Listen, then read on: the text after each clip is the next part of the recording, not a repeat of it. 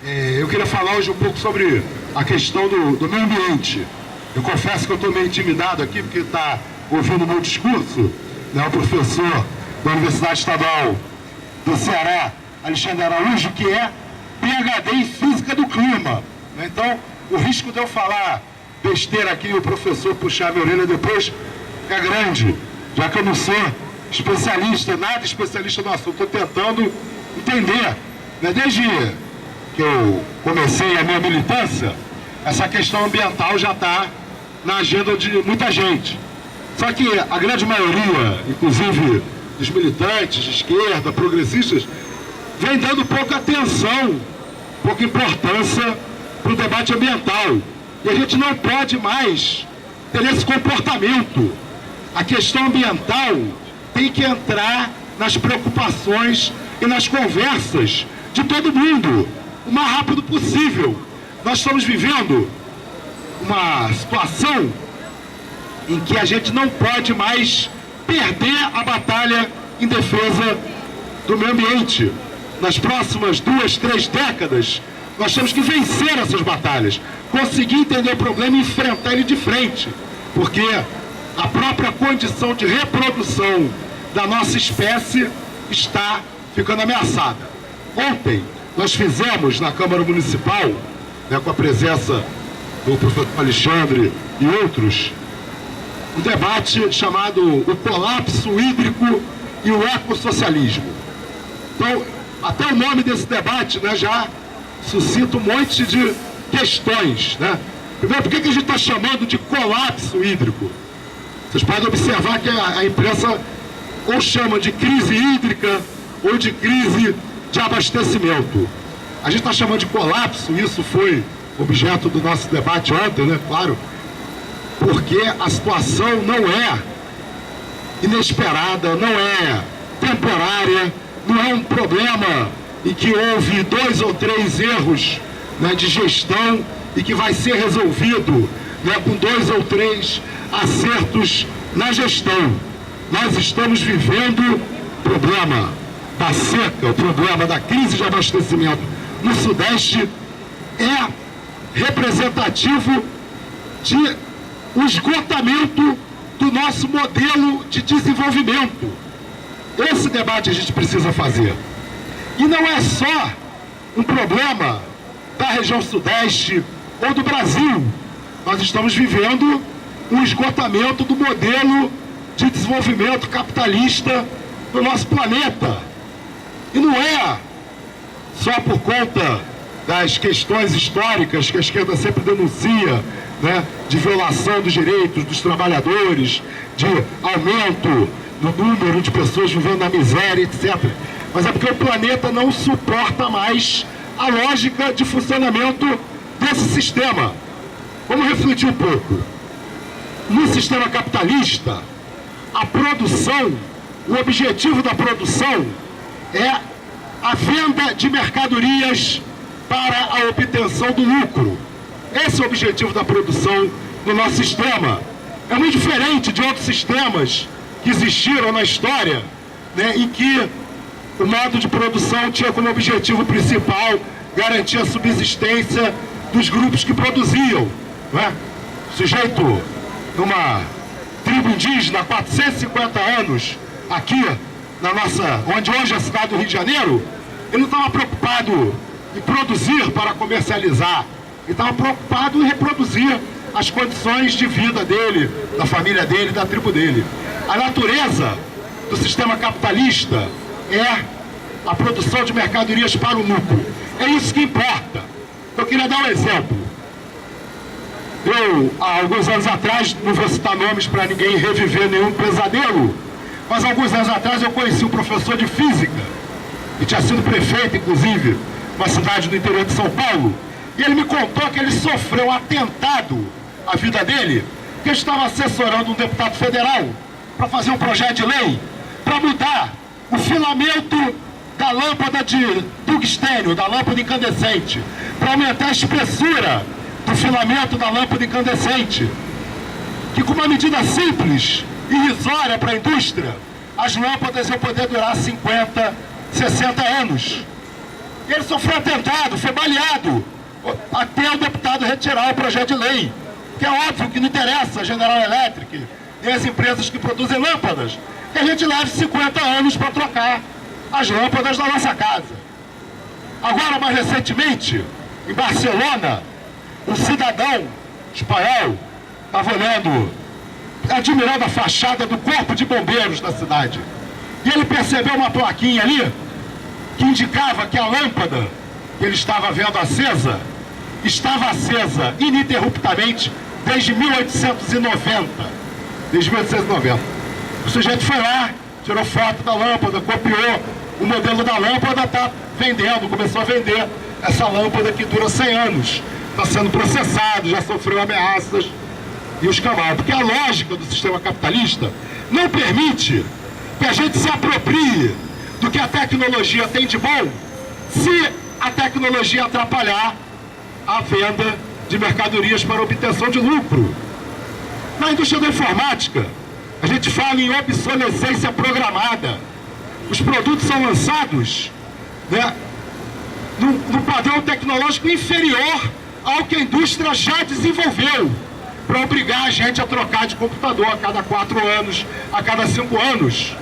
Então essa lógica do sistema capitalista de priorizar, de colocar acima de tudo a sua necessidade de vender mercadorias para a obtenção de lucro, é que faz com que esse modo de produção ele seja incompatível com a sobrevivência da espécie humana por muito mais tempo, porque nós estamos esgotando a capacidade do planeta de se regenerar dos impactos provocados pela humanidade. A gente vê a crise, né, o colapso climático que nós estamos vivendo hoje no nosso país. Foi objeto do nosso debate no dia de ontem.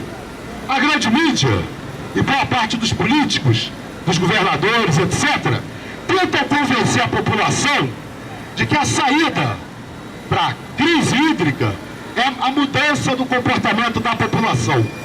Nós precisamos que a população economize mais água no seu dia a dia, não lavando as calçadas, fechando a água do banho enquanto está se ensaboando, etc.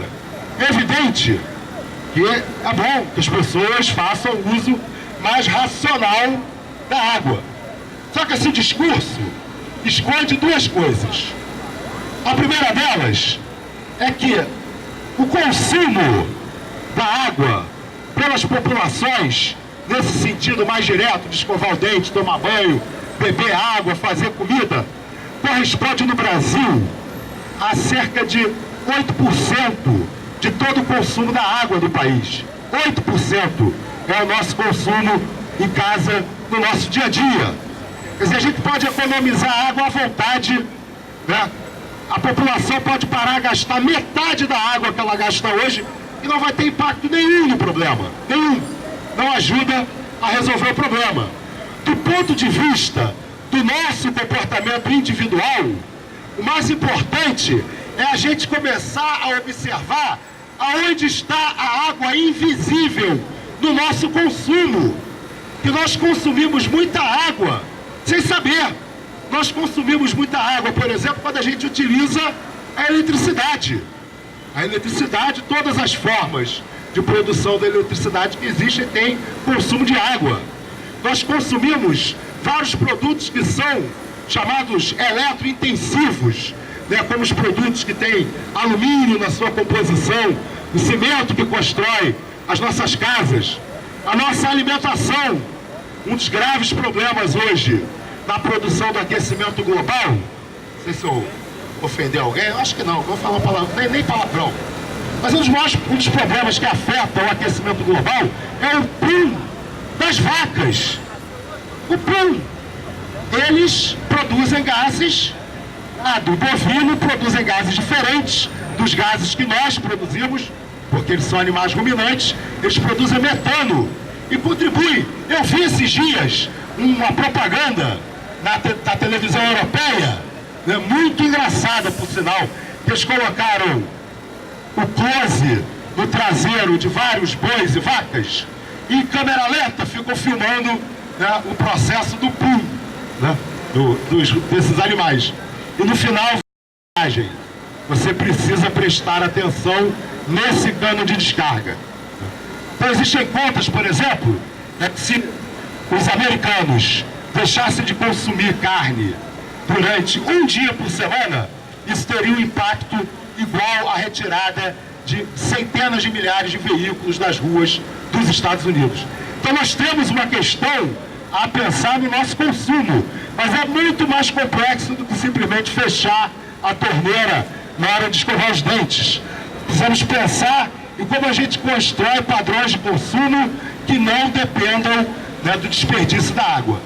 E a outra coisa que esse discurso que foca o problema da água no nosso comportamento em casa é justamente o papel da indústria e o papel do agronegócio na produção, né, do desperdício da água, que tem a ver com esse consumo que eu estava falando, que é o consumo invisível. Então, o agronegócio hoje no Brasil, ele precisa ser totalmente reformulado. Totalmente. O agronegócio é o maior consumidor de água do país. 70% da água do país é consumida pelo agronegócio. E, ao mesmo tempo, o agronegócio é o principal responsável pela destruição da nossa capacidade de produzir água. O agronegócio é hoje o principal responsável pela devastação da floresta amazônica e é o comprometimento da floresta amazônica que está diminuindo a umidade de todo o continente sul-americano, não só do Brasil, diminuindo a incidência de chuvas pelo continente e na região sudeste. Mas o agronegócio também é responsável pela devastação do cerrado, da região centro-oeste do país. E a devastação do cerrado é muito grave, porque o cerrado brasileiro é a grande esponja do continente sul-americano. É no cerrado que a umidade da Amazônia é capturada para o subsolo, formando os aquíferos que formam os principais rios do nosso país, né? Inclusive o Rio São Francisco, a Bacia do Paraná e etc. Então o agronegócio, por um lado, é o que mais consome água, 70% do consumo.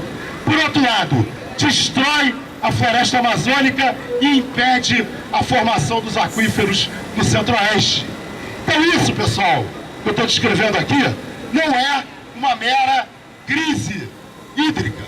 Nós estamos vivendo um momento do colapso do nosso modelo de desenvolvimento. Precisamos destapar os nossos ouvidos e escutar o que os ambientalistas têm dizendo há décadas, né, de que é fundamental que a gente altere profundamente o nosso modelo de desenvolvimento. O nosso planeta suportou tranquilamente a existência da nossa espécie durante praticamente 200 mil anos. Mas os últimos 250 anos, os anos da pós-revolução industrial, estão levando a nossa espécie a verdadeiro risco. Eu, pelo menos, me conformo que eu sei que o risco não é ao planeta nem à vida do planeta. O risco é a nossa espécie. Eu quero que a humanidade consiga superar os problemas provocados pela era industrial e reencontre o caminho de viver em harmonia com o meio ambiente. Eu quero que a nossa espécie sobreviva e venha a realizar cada vez mais toda a beleza que a vida humana é capaz de produzir. Mas para isso, a gente precisa também aprender a administrar melhor o lixo que a nossa vida produz, e aí lixo no sentido mais amplo possível do termo. Obrigado aí pela atenção de todos e todas.